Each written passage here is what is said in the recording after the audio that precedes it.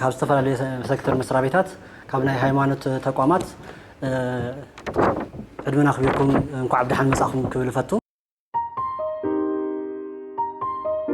كتبنا لهم عن سلطنة تخرج جبر strengthening justice institution and community engagement in addressing illegal migration and human trafficking in war affected تجري يزول مالتيو زي كبهال كل بتناي تجرينيا ترجمو خريه خلنا متنخار تمرت تكالات فتحن محبرسب نملاي زي حقاو سدتن زي حقاو زور دق سباتن كينات ابزها سيا تجري ابزبل زكايد ناي حدا معلتي وعلى يزخون زل مالتيو قاعد حن نصاخو ندرن كمون ناي مخفتي مدرن زلقر زقورنا كور دكتور بره تافره ناي اكسو يونيفرسيتي ناي محبرسب قلقالوت دايركتور يخونو كاب زوا امرارحه كاب ابيات فردي كاب بيت صحفت عقاب حقي كاب بيت صحفت بوليس كاب قداي دقنستيو كاب محبر دقنستيو كاب محبر مناسي كاب ابيت امنت توكلكم زمصاخوم دايانو عقبت حقي ابالات بوليس حلفتي تفلاليا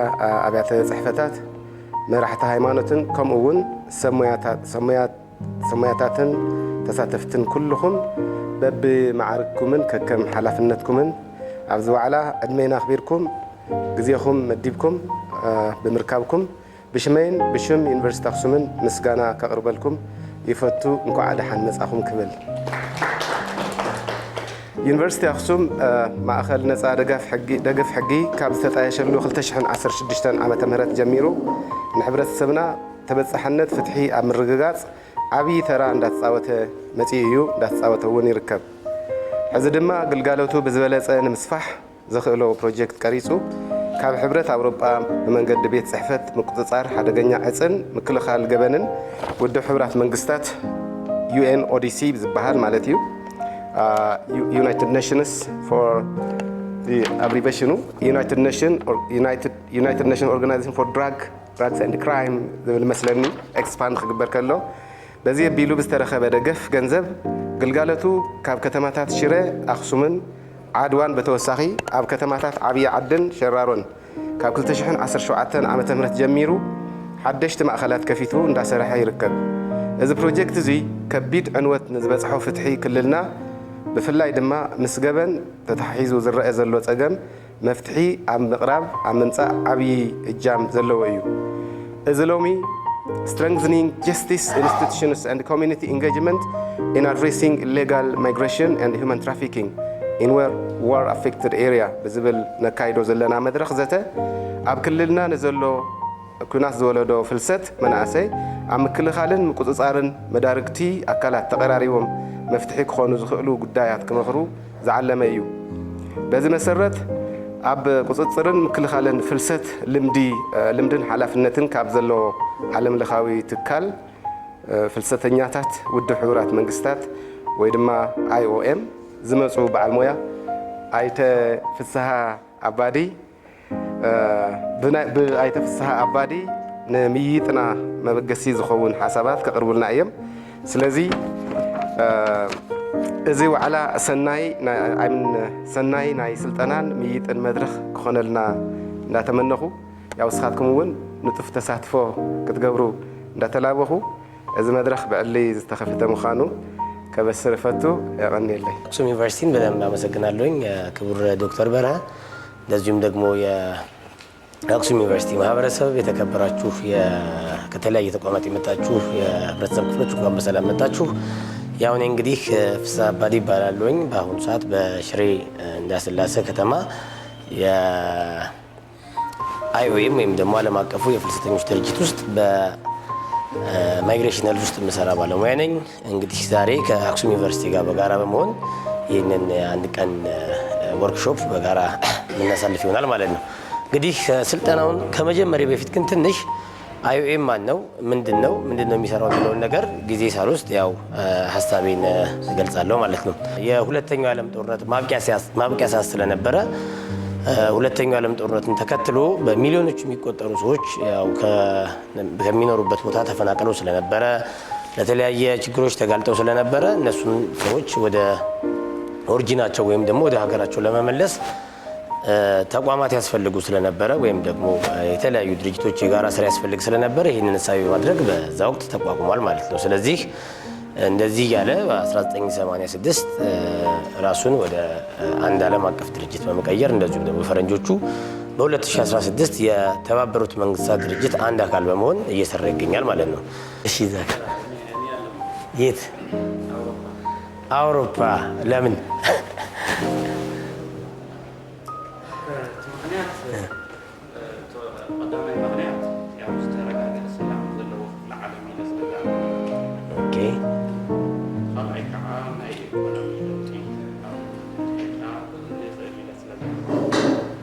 አውሮፓ ናበይ ነው ዩክሬን ዲካደሊ ወይስ ናብካሎስ ዩክሬን ዊን አውሮፓ ካልሰም ዲስከሽን ስለሆነ እዚህ ጋር እና ሀብትሽ ኦኬ እሺ። ስለዚህ ጥያቄዎች ይኖሩናል። ቅድም እንዳወራው እነዚህን ጥያቄዎች የሚመልሰው ያው ስፔሻል ሽልማት እንሰጣለን ማለት ነው። ስለዚህ የመጀመሪያው ጥያቄ እስኪ በአሁን ሰዓት በዓለማችን ምን ያህል ፍልሰተኛ አለ? ማለት ፍልሰተኛ ከቦታውን ለቆ ሌላ 280 እስከ 300 ሚሊዮን ባለው ሬንጅ በአሁን ሰዓት ለስራም ሊሆን ይችላል፣ በጦርነትም ሊሆን ይችላል፣ በተፈጥሮ አደጋም ሊሆን ይችላል። አንድ ሰው ኢንተርናሽናል ማይግራንት ነው ማለት ነው። ወደ 87 ሚሊዮን የሚጠጋ አሁን እንደውም ይጨምራል። ከዩክሬን ክራይሲስ በኋላ ኦልሞስት ወደ 100 ምናምን ሚሊዮን ይገባል። ኦልሞስት አብዛኛው የዩክሬን ተፈናቃይ አውሮፓ ውስጥ ነው የሚገኘው። አሁን ደግሞ ሰላም ያምጣ እንጂ በኢራንና የአሜሪካን ጉዳይ የእስራኤል ጉዳይ በዚሁ ከቀጠለ ብዙ ስደተኞች ወደ አውሮፓ ነው የሚሄዱት ማለት ነው። ስለዚህ በአሁኑ ወቅት አውሮፓ ውስጥ 87 ሚሊዮን ብዙ በመውጣት ደግሞ ይሄ አይ ነው አይደለም። ይህ ከሆነ ከአህጉሩ ብዙ በመውጣት የትኛው ይመስላችኋል? አፍሪካ ሁለተኛ ነው። ዩኒቨርሲቲ ውስጥ በፊት አሁን እንኳን የተማሩ ሰዎች እየመጡ ስለተኳቸው በፊት ማን ይበዛ ነበር? አስተማሪ ምናምን ወይ ደግሞ መንገድ የሚሰራው ማን ነው በየቦታው? ቻይናዎች ብዙ መንገድ ይሰራሉ። የህንድ መምህራን አልነበሩ? እኔ አሁን ስማር ዩኒቨርሲቲ ብዙ መምህሮች ህንድ መምህራኖች ነበሩ። የዛኔ አግሪመንት ስለነበረ ብዙ ይመጡ ነበር። በኋላ ግን የኛ ሰዎች እየተማሩ ሲመጡ ያው ቦታውን እያስረከቡ እንትን ብሏል። ስለዚህ አብዛኛው ሀገር ከሄዳችሁ ኤዥያዎች ከሀገራቸው ይወጣሉ። ወደ አፍሪካ ብዙ ይመጣሉ በስራ በፖፑሌሽንም ኤዥያ ነው በጣም ብዙ አይደለም። ላይክ ከዓለም አንደኛ ማን ነው? ህንድ ነው 1.4 ቢሊዮን። ሁለተኛ ማን ነው? ቻይና ነው 1.3 ቢሊዮን። ከዛ እነ ፓኪስታን፣ ባንግላዴሽ፣ ፊሊፒንስ፣ ኢንዶኔዥያ፣ ማሌዥያ እነዚህ በጣም ብዙ ፖፑሌሽን ያላቸው ሀገሮች ናቸው። ስለዚህ ኤዥያ ውስጥ በአመት አጠቃላይ 115 ሚሊዮን የሚጠጋ የህብረተሰብ ክፍል ከሀገር ውጭ ይኖራል ማለት ነው። ምግብ ፍለጋ ሊሆን ይችላል፣ ሰላም ፍለጋ ሊሆን ይችላል፣ አሊያም የተሻለ የሚታረስ መሬት ሊፈልግ ይችላል። አንዳንዴ መሬታችን እናርሰውና እንደምንጠብቀው ምርት ላይሰጠን ይችላል። አሊያም ሰው ሲበዛ ምን ሲል ደግሞ የተሻለ እስኪ ቦታ ሊፈልግ ብሎ ሊሆን ይችላል። ከአንድ ቦታ የሰው ልጅ ይንቀሳቀሳል። አሊያም ደግሞ ፖለቲካዊ ሁኔታ ሊሆን ይችላል። ለምሳሌ ያለው ስርዓት ባለው የፖለቲካ አመለካከት ሰዎችን የሚያሳድድ ከሆነ ወይም ደግሞ ለነዛ ማህበረሰብ ጥሩ ነገር ከሌለው ቦታውን ለቀው ሰዎች ከአንድ ቦታ ወደ ሌላ ቦታ ሊንቀሳቀሱ ይችላሉ ማለት ነው። ወይ ደግሞ ዝናብ ከጠፋ ወይ አሸባሪነት ካለ አሊያም ኤኒ የሆነ ዲዛስተር የሚኖር ከሆነ ሰዎች ቦታቸውን ለመልቀቅ ይገደዳሉ። መመሪያው ምንድን ነው የሚለው? ማይግራንት ማለት ምን ማለት ነው ይላል። ይሄን የሚመልስ ማን ነው? ማይግራንት ምንድን ነው? ማይግራንት ሲባል ሰምታችሁ አታውቁ? ስደተኛ በትግረኛ ግን ስደተኛ ታይ ማለት ስደተኛን የሀገር ውስጥ ተፈናቃይ በምንድን ነው የሚለያየው? የሀገር ውስጥ ተፈናቃይ ማለት እና ስደተኛ ይለያያል። በአማርኛ ስደተኛ ከሆነ ሀገር ድንበር ማቋረጥ አለበት። ለምሳሌ ከኢትዮጵያ ወጥቶ ወደ ሱዳን መሄድ ያለበት ወይ ወደ ኬንያ መግባት አለበት። ኢንተርናሽናል ቦርደር ወይም ደግሞ ዓለም አቀፍ ቦርደር መሻገር መቻል አለበት ማለት ነው። ማይግራንት ምን ማለት ነው? እሺ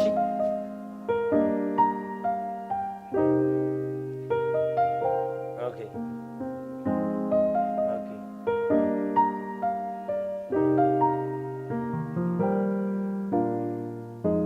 የስ ስደተኛ ከተባለ ድንበር ተሻጋሪ ነው።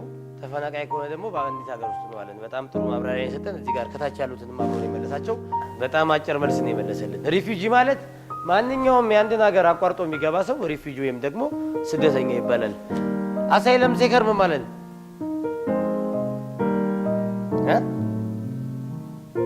ለምሳሌ በፊት ኤርትራኖቹ እኔ ማይጸብሪ ሰራ ነበር ከጦርነቱ በፊት ማለት ነው። እና መጀመሪያ ሲገቡ በቀጥታ ወደ ማይና ይገቡ። የሚገቡት የት ነው? እንዳባጉና ነው የሚገቡት። እንደውም አንዳንዴ ከእንዳባጉና በፊት ኢንትሪ ፖይንቶች አሉ። ገብሩ ሱርናይ ሊሆን ይችላል፣ ራማ ሊሆን ይችላል፣ በዚህ ባዲ ክልተ ሊሆን ይችላል፣ ኤኒ ቦታ ሊሆን ይችላል። እዛ ጋር ከመግባታቸው በፊት በእርግጥ ለነሱ ላይክ አሳይለም መጠየቅ አይጠበቅባቸውም ነበር። ኤርትራዊ ከሆኑ ዝም ብለው እንዲገቡ ነበር የሚፈቀደው። ለምን? የኤርትራ መንግስት ኮንስክሪፕሽን የሚባል ወይም ደግሞ ሰዎችን አስገድዶ ወደ ወታደር መሆን አለብህ የሚል ህግ ስላለ ይሄ ደግሞ በዩኤን ቻርተር መሰረት የተዘጋኔስት ሂውማን ራይት ነው፣ ከሰብአዊ መብት አንጻር ተንጻራሪ ነው ብሎ ስለሚታመን ያለምንም እንትን መሆናቸው ብቻ ከተረጋገጠ እንዲገቡ ይደረጋል ማለት ነው። ሌላ ቦታ ሲሆን ግን ለምሳሌ ቅድም አውሮፓ ሄዳለሁ ሲለኝ የነበረ ወንድሜ አውሮፓ ለምሳሌ እኛ አንድ ኢትዮጵያዊ መጀመሪያ ምንድነው የምንሆነው? አሳይለም ሴከር ጥገኝነት ጠያቂዎች ነው የምንሆነው። ጥገኝነት ጠያቂዎች ስንሆን ኬዝ ነው የምናቀርበው ኬዝ ምንድነው? ኢትዮጵያ ውስጥ ወይ ፖለቲካ ሊሆን ይችላል፣ ወይ ደግሞ በሃይማኖት ምክንያት ሊሆን ይችላል፣ ወይም ደግሞ ባለኝ ብሔር ምክንያት ሊሆን ይችላል፣ ወይም ደግሞ የምናገረው ቋንቋ ሊሆን ይችላል፣ ወይም ደግሞ ባለኝ ይሄ ማህበረሰባዊ ስታትስ ወይም ደግሞ በማህበረሰቡ ያለኝ ቦታ ሊሆን ይችላል። በእነዚህ ምክንያት እኔ ጥቃት የሚደርስብኝ ከሆነ እዚህ ሀገር ላይ ወይም ደግሞ ኢትዮጵያ ላይ ወይም ደግሞ ትግራይ ላይ መኖር ማልችል ከሆነ እሱን አቀርባለሁኝ። አሳማኝ ነው ከተገኘ ወደ ምን አድጋለሁ? ከአሳይለም ሴከር ወደ ምን? ወደ ሪፊውጂ አድጋለሁ። በቃ ይሄ ሰውዬ ስደተኛ ነው ተቀብለነዋል። ምክንያቱም ሀገሩ ቢሄድ ግልጽ የሆነ ፐርሲኩሽን ወይም ደግሞ ስጋት አለበት፣ በህይወት ያለመኖር ስጋት አለበት፣ ሊገደል ይችላል፣ ሊታሰር ይችላል፣ ወይም ደግሞ ሲሪየስ የሆነ ሂኔስ ክራይም ወይም ደግሞ ኢሰብአዊ የሆነ ድርጊት ሊፈጸምበት ይችላል። ምክንያቱም እሱ የሚከተለው ሃይማኖት ወይ እሱ የሚከተለው የሚያወራው ቋንቋ ወይ የሱ ብሔር ወይ የሱ ፖለቲካዊ አመለካከት ወይም ደግሞ እሱ ያለው ሶሻል ስታተስ የምንለው አለ። በተለምዶ ለምሳሌ እገሌ ቡዳ ነው፣ እገሌ እንደዚህ ነው የምንለው ነገር አለ። በዚህ ምክንያት ማግባት አልቻልኩም፣ መራባት አልቻልኩም፣ ህብረተሰቡ እያገለለኝ ነው፣ ከነሱ ጋር መኖር አልቻልኩም ብሎ አንድ ሰው እዛ ሄዶ ይህን ኬስ ካቀረበ አሳማኝ ከሆነ ሪፊውጂ ይባላል ማለት ነው። በሰው ሰራሽ ግጭት ማለትም በጦርነት በተፈጥሯዊ ችግሮች ላይ በናቹራል ዲዛስተር ማለትም እንደ ድሮውት ሊሆን ይችላል፣ ወይ ዝናብ እጥረት ወይም ድርቅ ሊሆን ይችላል፣ አሊያም ፍለዲንግ ሊሆን ይችላል፣ ወይም መሬት መንቀጥቀጥ ሊሆን ይችላል።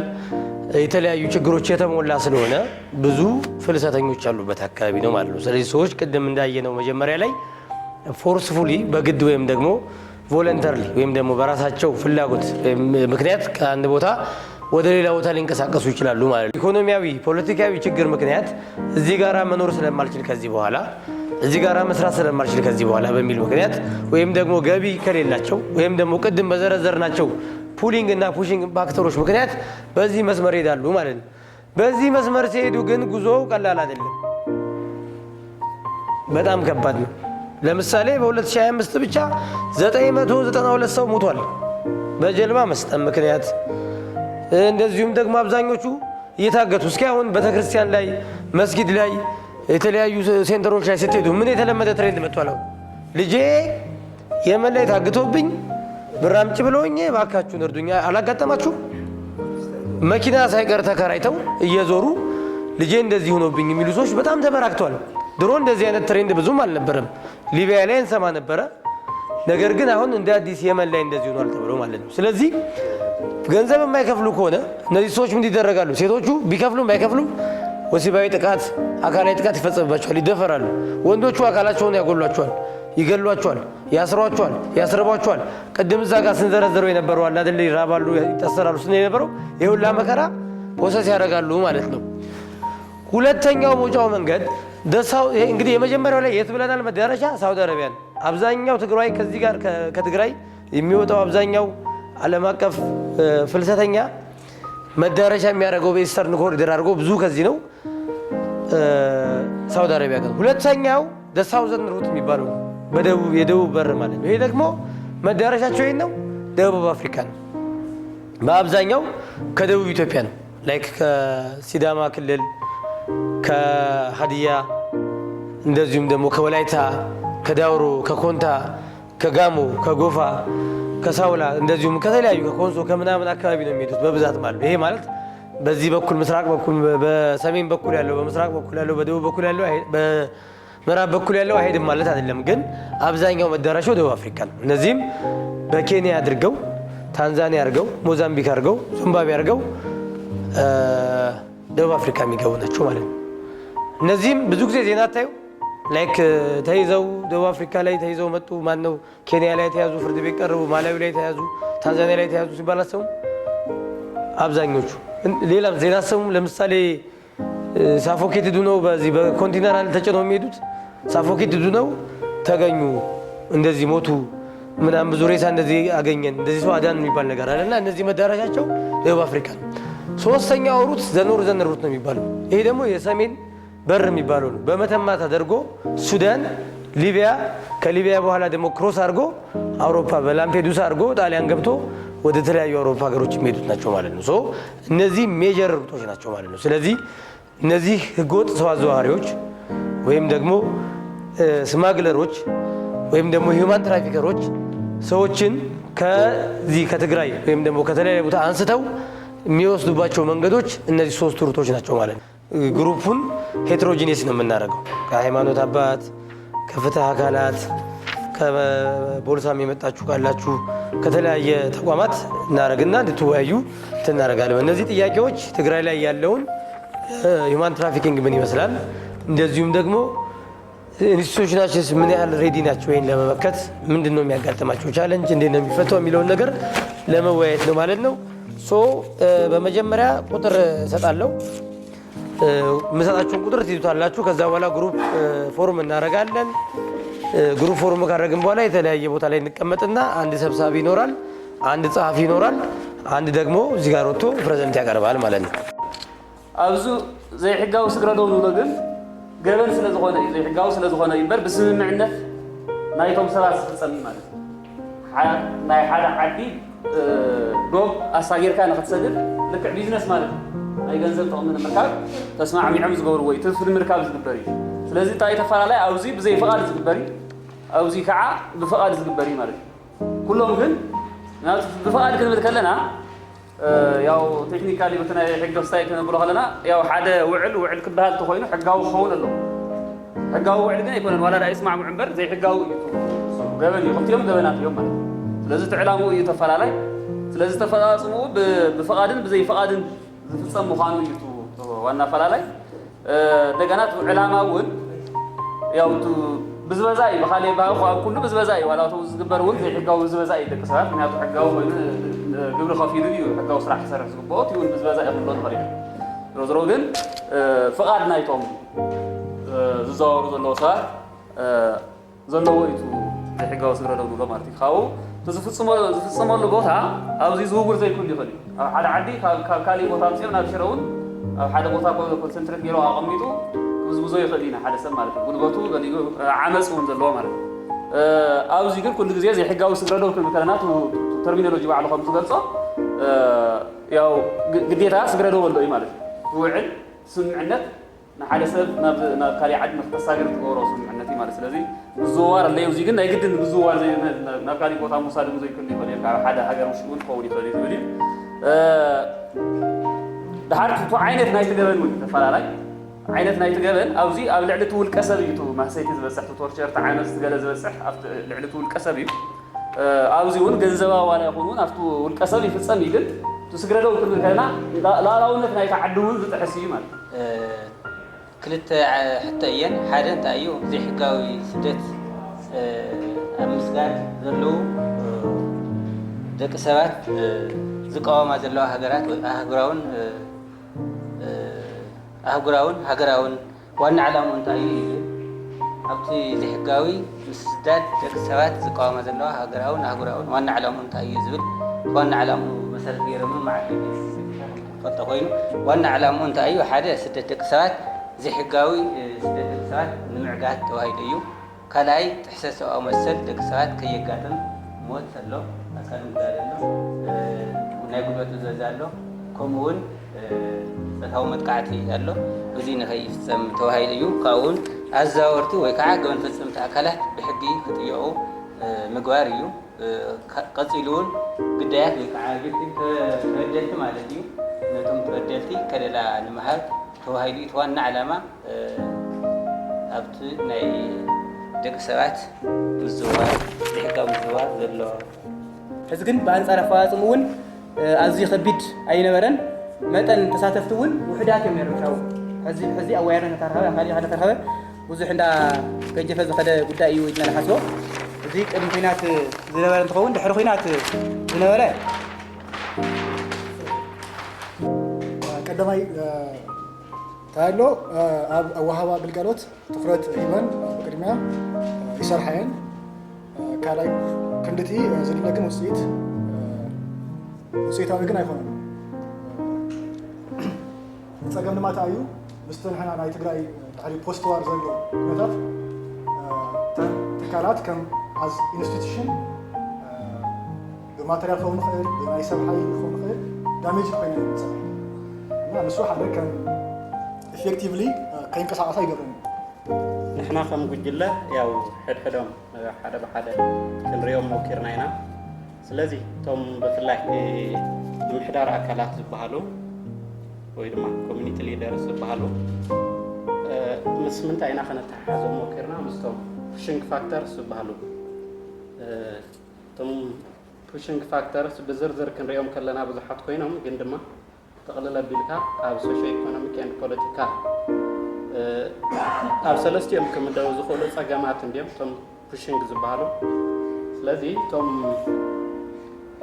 ምምሕዳር ኣካላት ነዞም ፀገማት እዚኦም بعقمن بسلطان درجة مفتاح زحشة بوتا زحزو يوم المهنا نأمن ومخانون وتوم pushing factors بهالزلوا زيهم تم ثلاث تقول جلو مالتيو نصهم عم مدفع زحشة عمل لهم بpolitical مدى يخنري أخلنا زحشة حقافاي نسألت زلوا معرنتون مسرت زجارة ناي political هواوي ما environment كفطرو ناي مقال عمل بوتان ويد ما تقولنا اللون قند تارجت ناي سلطنا اللي نازلنا ناي حبار مدرخ ناي متحبار منفس نخلونا يوتي صوعنا نازلنا نعو يوتا جروب شدش قريبا زنورت حساب ناي حد أبزي تصوّع جل أكل حلف ننتهي يخون زجبو نتا حق دقافو هبت أكلات نيفتح أكلات بوليس بيت فردي كون كمحبراوي قدايز موسو أكلات نهايمات توقمات نتاي يخون زلو بخمي من قدينا تأساسيرنا خنصلح زجبنا تاي نمنتاي كي تخرج نقبر له زجبنا زين سفح زل حسابات اللي عنيرنا سلذي بعلامات درجة خلينا خلنا نهيمت حبار منفس نخليه سلذي نعاقدكم إجرا من قدي بتعامي 5 جنز دلي بتلي إني بريوجن لعل مسجانا لن لعل كبرون لني سلذي بشمكم بشم تكلنا 5 جنيه دلي بزح حساب سلسلة عليه تندلي من فسون السلسلة زخنينا زي اللي تايو برجت IOM ونصوعنا له بزي مخنيات هيكونن أب فلسفة ديك سبات محدرات زسرح مستمخانو قطتا مستي مريضنا يلزلنا رأسي ناي بوانነት حلفነት ስለዘለዎ ስለዝኾነ ይዝመረጽና ለመንገድና ቀደም ይግለጽ ነይሩ ዘቀረቡ ዳታታት ወይ ዝቀረቡ ክሳት በወርሂ ቀሩ ነይሩ ስለዚህ አንገብጋቡ ስለዝኾነ በተለይ ድሕረ ኩናት ኣብ ብዝልዓል ሓሳባት ብሰፊሑ ካብ ዝረአዩ ገበናት ሓደ ተባሂሉ ትኩረት ዝግበሮ ስለዝኾነ እዩ ናብዚኦም ጽናይ ዘለና ኣብዚ ተጸውዒ ዘለ ኣካል ምን ማይፈልጥን ማለት ኣይኮነን ትንፈልጦስ ከመይ ጌርና ንከላኸሎ ምክንያቱም አንገብጋቢ መዓት መዛግብት ኣሎ መዓት ዳታት ኣሎ እዚ ኳስ ናባና ዝቀረቡ መዝገብ እዮም زم قريبنا يوم زلنا ريبورتنا زي قربنا بكس زي قرب خندي كستات كم زهلو قدم مسبره ونوقع نيرنا نوعو تحسب بمقبار يتي اب زي حقاوي زور دك سبات مسكوبلنا تتحيزو كم ما حساب جنا نوصل دمو كميت اساسيرنا نسرح زبل زمرطنا له نزي مخريات بمقباري ስለዚህ حسابات يقبل لنا يرب بصفي حق بريون قلصنا ስለዝኾነ ተተኻኢሉ ግን ታዩ ክልተ ወይ ሰለስተ ዝኾነ حساب ከመይ ንቀጽል ዝተማይጥና ይሽውን ንስራሕትና ንሕብረተሰብን ብጣዕሚ ጽቡቕ ስለዝኾነ ብኡ ይቀጽል ይኽእል ዝደሊ ማለት እዩ ምንም ኣይሰልችወናን ማለት እዩ ዝነበረ ውዕሎ ናይ ስልጠና ክንብሎ ንኽእልና ናይ ምርድዳእ ጽቡቕ እዩ ነይሩ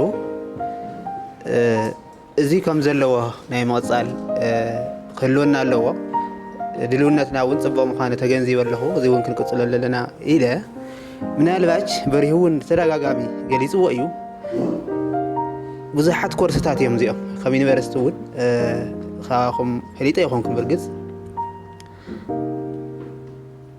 ቶም ሕግታት እውን ይጠቕሶም ነይሩ በሪሁ ካልኦት እውን ኣለዉ ሪሌቫንት ዝበሉ ይጠቒሱ እምበር ካብቲ ኣዋጁ ካብቲ ደንቡ ካብቲ መምርሒኡ ብዙሓት ኣለዉ እቲ ስልጠና እውን ብዝተኻእለ መጠን ክቕፅል ኣለዎ ምናልባች ግን ሓንቲ ነገር ክብል ዝደሊ ብዛዕባ ናይ ዘይሕጋዊ ዝውውር ክነውግዕ ከለና ካበና ጠንኪሮም በሊፆምና ምኻዶም ግን ክርስዕ የብልና ካበና ጠንኪሮም ከይዶም ተጓዒዞም እዮም ብስሩ እውን ኢንተርናሽናል ክራይም ስለ ዝኾነ ኣውዝዩ በጀት ሓይሊ ሰብ የድሊ ብዝገርም ምስ ሓይሊ ኮሚኒቲ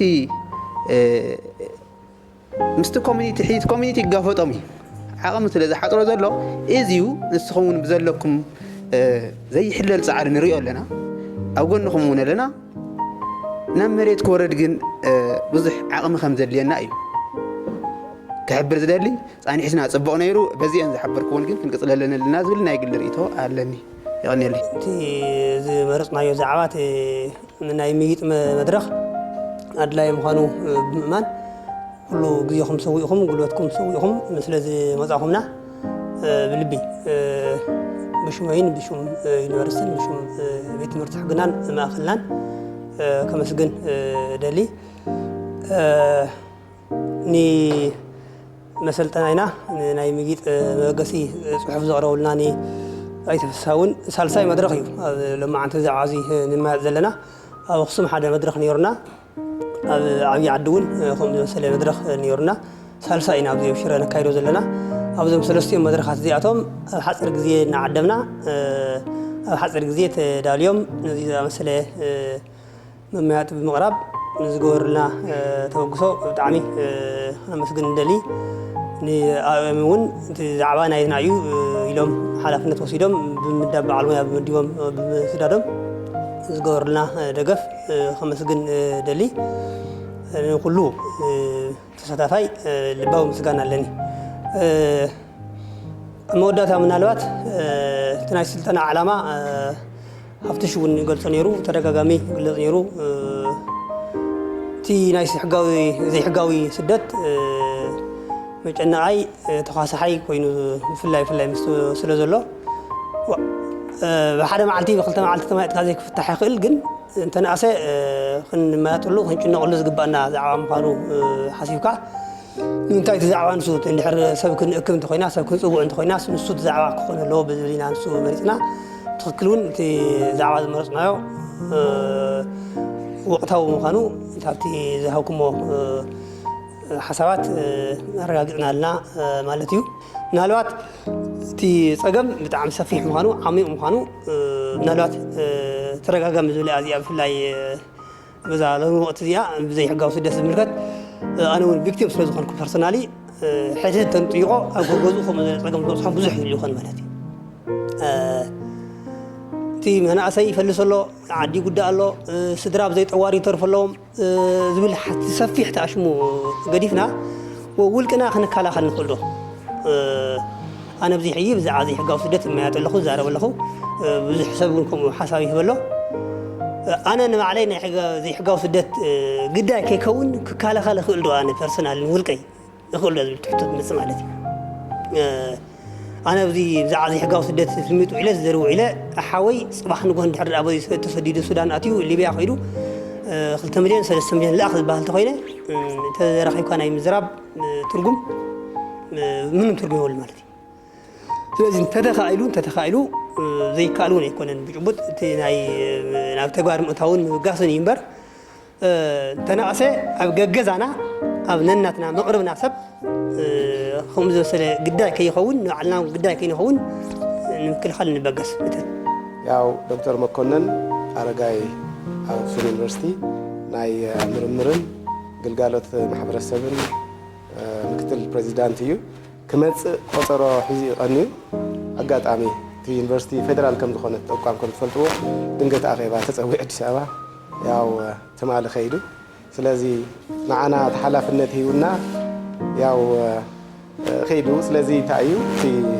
መልእኽቲ ኣብፅሐለይ ስለ ዝበለኒ ሓንቲ መልእኽቲ እንታይ እያ ንተሳተፍቲ የመስግነለይ ትብል እያ ሕጂ ሎማዓንቲ ዝረኣኽዎ ካብ ተሳተፍቲ ያው ኣብ ዓብዪ ዓዲ ዝረኣኽዎ ተሳትፎ ብጣዕሚ ተሓጒሰ ኣብዚ እውን ሎማዓንቲ ዝነበረ ተሳትፎ እንደገና ኣቴንዳንስ ባዕሉ ማለት እዩ ኩሉ ንግሆ ዝነበረ ሕጂ እውን ይሪኦ ኣለኹ እና ጀኒን ዝኾነ ተሳትፎ ጀኒን ዝኾነ ሓሳብ ኣስተዋፅኦ ስለ ዝነበረ ያው እቲ ዘተውን ፅቡቕ ክኸውን ንስኻትኩም ምክንያት ስለ ዝኾንኩም ንዓኻትኩም ማለት ታ ምስጋናይ ከቕርብ እሞ ሞራል ንዓኻትኩም ሓንቲ ድምቕ ዝበለ ማለት እዩ የቐኒየልና ክንብል ንደሊ ሚስተር ፍስሓ ኣባዲ እቲ ዛዕባ ተዋሂብዎ ያው ከም ዝበለ ምድላው ገይሩ ኢንጌጂንግ ብዝኾነ ኣሳታፊ ብዝኾነ ሰሓባይ ብዝኾነ እንተይሰልቸወና ኣብዚ ዘተ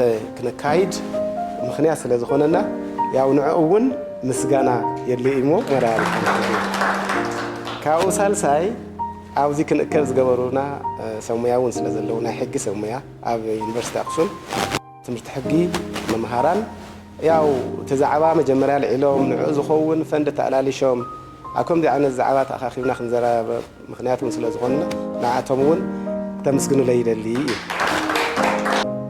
ተዓብዪ ትዋና ትመልእኽቲ ትዋና ኣሳይመንት ነናትና ኣሳይመንት ነናትና ሮል ነናትና ግደ ሒዝና ክንከይዱ ትዋና ነገር ማለት እዩ ስለዚ ኣብዚ ምናልባት ንዘይሕጋዊ ስደት ንዘይሕጋዊ ክውለላ ንዘይሕጋዊ ሽይጣት ደቂ ሰባት ቶም ምክንያታት እንታይ እዮም ዘርዚርኩሞም ብዙሓት ስእነት ስራሕ ተባሂሉ ድኽነት ተባሂሉ ናይ ፀገም ሰናይ ምምሕዳር ተባሂሉ ብዙሓት ዘይምድምማፅ እውን ኣሎ ኣብኡ ማለት እዩ ምናልባት ኣብ ውሽጥና ዘላ ሃፍቲ ብግቡእ ዘይምጥቃም ክኸውን ይኽእል እዩ ቶም ምክንያታት ብጣዕሚ ብዙሓት እዮም ግን ንሕና ካብኣቶም ተወሰኑ እኳ ወሲድና ፍትሒ ዘይምርግጋፅ ዝበሃል እውን ኣሎ ኤንዌይስ ብዙሓት እዮም ቶም ምክንያታት እና ኣብዚኣቶም በተለይ እቲ ሕፅረት ግንዛቤ ዝበሃል ሕፅረት ግንዛቤ ኣነ ዝዓበየ እዩ ኢለ ዝወስድ መንእሰይና መብዛሕትኡ ስደድ ዘሎ ቅድም ኣይተ ፍስሓ ማለት ኣብዚ ሕቶ ክሓተር መብዛሕትኡ እቲ ዝስደድ ዘሎ እቲ ንሂማን ትራፊኪንግ ዝቃልዕ ዘሎ እቲ ኣብ ናይ ፕሮዳክቲቭ ኤጅ ዘሎ መንእሰይ ምዃኑ ተገሊጹና ንሕና ድኻታት ኮይንና ኣይኮነን መንእሰይና ዝስደድ ዘሎ ናይ ስራሕ ስእነት ዝበሃል ብስሩ ከም ርእሲ ክልዓል ዘይብሉ እዮም ዓድና ማለት ንሕና ብዙሕ ስራሕ ዕድል ክፈጥሩ ዝኽእሉ ሃፍትታት ኣለውና ድኻታት ኣይኮንና ንሃፋትም ኢና ካብ ወርቅና ጀሚሩ ኩሉ ነገራት ካብ ቱሪዝም ጀሚሩ ኩሉ ካብቲ ሓመድና ጀሚሩ ሕፃና ድዩ ዋትኤቨር እዚ ሳፋየር ንብሎ ኩሉ ሃፍቲ ኣለና ንብዙሕ ናይ ኣፍሪቃ ናይ ዓለም ህዝቢ ክቆፅር ዝኽእል ሃፍቲ ኣለና ግን ሃፍትና ብግቡእ ኣብ ጥቕሚ ዘይምውዓልና እቲ መንእሰይ ስራሕ ስኢነ ሰናይ ምምሕዳር ጎዲሉኒ ኣያዳመፀንን ፍትሒ ሃበንን እናበለ ብንእሽተይ እናኸረየ ኳስ ይኸይድ ኣሎና ኣብ ቢሮ እውን እውን ፍትሓዊ ብዝኾነ ኣዳሚፅካ መልሲ መሃብ እንተኮይኑ ከዓ ሽግሩ ምፍታሕ ታንከኣላ ምግባር እዚ ብዙሕ ነገር ክቕንሰልና ይኽእል እዩ እንታይ ክገብር እንታይ ክብል ዝደሊ ሕዚ ንሕና ብዚ ውዒልና ዘለና ኩላህና እቲ ሊንኬጅ እቲ ኮኔክሽን እቲ ሪሌሽንሽፕ ቀፃልነት ክህልዎ ኣለዎ ሎማዓንቲ እዚኣ ተራኺብና ክንፈላለ የብልናን ንሕና ኣክሱም ዩኒቨርሲቲ ሰሙያ ኣለዉ ትደልይዎ ኣብ ፅንዓት ዙርያ ድዩ ኣብ ስልጠና ድዩ ኣብ ናይ ፈንዲ ምትእልላሽ ዙርያ ድዩ ምስ ስልጠና እንተይቀረየ ክህብ ዝኽእል ሰሙያ ስለ ዘለዉ ያው እናተፀሓሓፍና ትርክብና ቀፃልነት ይሃልዎ ብቐፃሊ ሓቢርና ንስራሕ ንዝነበረና ፃንሒት ኣዝየ ዘምስግን የቐኒየለይ ክብለኩም ደለይ